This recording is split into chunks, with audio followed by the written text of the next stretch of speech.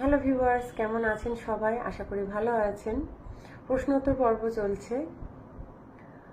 ধনঞ্জয় মিত্র নামে একজন প্রশ্ন করেছেন, প্রেশার কুকারে খাওয়া স্বাস্থ্যের জন্য ভালো কিনা।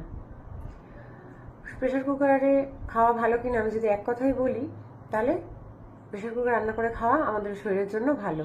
কেন কেন আমি যদি লো ফ্লেমে প্রেশার কুকারে যদি রান্না করি, তাহলে higher amount of nutrient preserve থাকে। আরেকটি পয়েন্ট হলো, লেকটিন নামে একটি হার্মফুল কেমিক্যাল আছে যেটা ফুডে প্রেজেন্ট থাকে। যদি আমরা প্রেশার কুকারে রান্না করি, তাহলে সেই লেকটিনটা প্রেশার কুকার কুকিংয়ের টাইমে কিছুটা রিডিউস হয়ে যায়। লেকটিন আমাদের নিউট্রিয়েন্টগুলো অ্যাবজর্পশনে বাধা দেয়। যখন প্রেশার কুকার রান্না হয়, লেকটিনটা রিডিউস হয়ে যায়, তো আমরা নিউট্রিয়েন্টগুলো সম্পূর্ণরূপে পেতে পারি। কিন্তু শেষে আরেকটা কথা বলবো, প্রেশার কুকারে আমরা যদি হাই ফ্লেমে কোনো স্টার্চ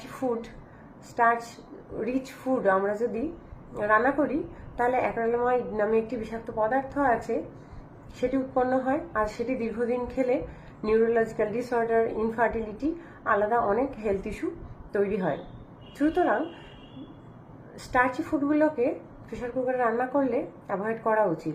শাকসবজি প্রেশার কুকারে রান্না করা ভালো, কিন্তু স্টার্চি ফুডগুলোকে অ্যাভয়েড করা উচিত।